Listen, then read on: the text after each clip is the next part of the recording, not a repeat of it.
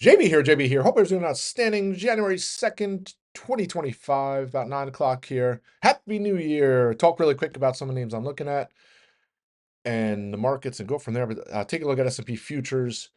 In the green, S&P, well, they were up a little more than they are right now, but about a little over 0.5% on the heels of the end of year sell-off. We had three straight sessions to the downside on the SPY, just kind of like a lackluster meltdown into the end of the year. Is that, but S&P is up back-to-back years over 20%. That's only happened a few times.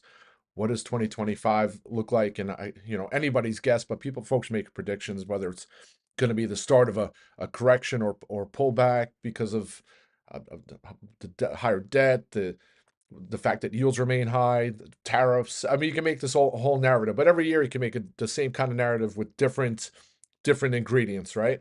Um, so we'll see how things play out. Last January was one of the best Januaries in recent decades. I think the first 2 months of the year were phenomenal. So we'll see how things play out this year. For me, just want to see the SPY get back over that 50-day moving average at 591 and change.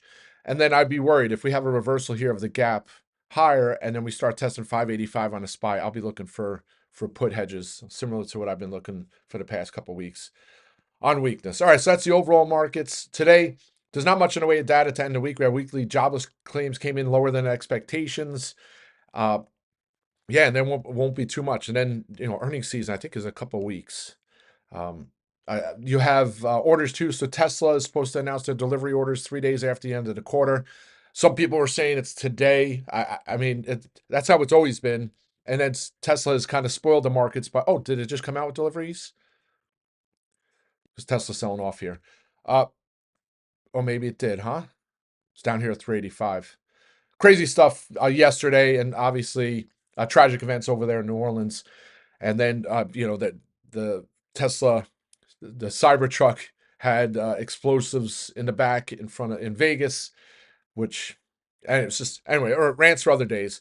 But yeah, down 383. We'll see how that all plays out. All right. So, also some things I'm watching the 10-year continues to still be elevated. So don't want to see that creep its head and continue to head higher. And then the US dollar. US dollar, 2-year highs here. If that continues to go, I actually think some of it bodes well. When the US dollar is stronger, that means when the US government goes to pay its debt and pay interest, it's less expensive, right? Especially if a foreign entity owns the debt, which a lot of the debt is owned by foreign entities. When the US dollar is stronger, it's less. It costs the US government less to pay that, right? As the dollar goes down, it's more expensive. And then the yields, don't want to see the yields go up because then, of course, to finance the US debt is more expensive. All right, so that's overall market. Also, just other things to note here. I put on the watch list this morning, and it's kind of like an old thing, but they used to call it the January effect. And there was data a while ago. It used to be a very strong historically strong period, the best performing month of the year. That was as of 1993, and then you fast forward 30 years, and it's not the same in regards to performance. So I still think, and I've been saying it for the last week or so in regards to the small caps who take it on the chin and tax loss selling names, I think some of those will see a reversal here, at least in January. So that's why I put on a watch the SolarEdge, Teladoc, some of the names I've been looking for a bounce. I think they'll do well to start the year. All right, so that's overall market. So individual names, and first I'll start with my top 5 stocks for 2025. I put them, if you watch the webinar, I don't have time to list them all, but 3 names I'll be watching here today. And one of them is EverQuote, just a very strong financially sound story. No debt, lots of cash, huge growth recently as the return to the auto sector starts to rebound, and you see names like Carvana obviously on the tear. And with that comes the insurance side of things, right? And so EverQuote is pretty much matches the seller with the buyer, right? The person needs the insurance with the person who provides the insurance, and then they're the middle party, and then you to get a transactional cut and things like that. So, and they also partner with they have most of the major insurance companies that they're available to get the quotes for. So it's just, you see huge, I think it was 150% year over year growth just this last quarter, a huge rebound. And it's like the stock hasn't rebounded in turn, right? So this recent quarter, huge earnings, and the stock, uh, you would think it would be trading much substantially higher. Then recently, I think last week, Raymond James just upgraded their price target to $35, and a lot of the analysts have $30 as their price, 35, 33. I think it heads much higher here in the first couple months. So don't be surprised to add some strikes there. WEAV Communication, another great, fundamentally strong strong company with huge growth numbers. Great platform. I talked about the partnership with Athena, which was a company that was acquired for $17 billion in the healthcare space. Just, I think it's one of those names kind of under the radar. It's not the most liquid name. It's not, you don't see a lot of analyst coverage as well, but I think it trades over $20 in the coming weeks and months. And then Remitly, that's the last but not least, a great story. It's kind of like the new age Western Union. They provide cross-border transactions. Folks who, especially the market, or the big market for them is folks who work in the U.S. and are sending money back to family members in developing nation countries like Mexico or India, things like that. So huge opportunity. They only have a 2.5-3% market share. They're totally disrupting the old archaic names. I say the Western Unions, the MoneyGram, which was acquired and taken public. Think this one trades up into $30 in 2025. All right, so don't be surprised if I add strikes on those.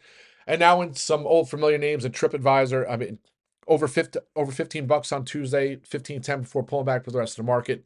Once it breaks and holds 15, I think it's off to the races.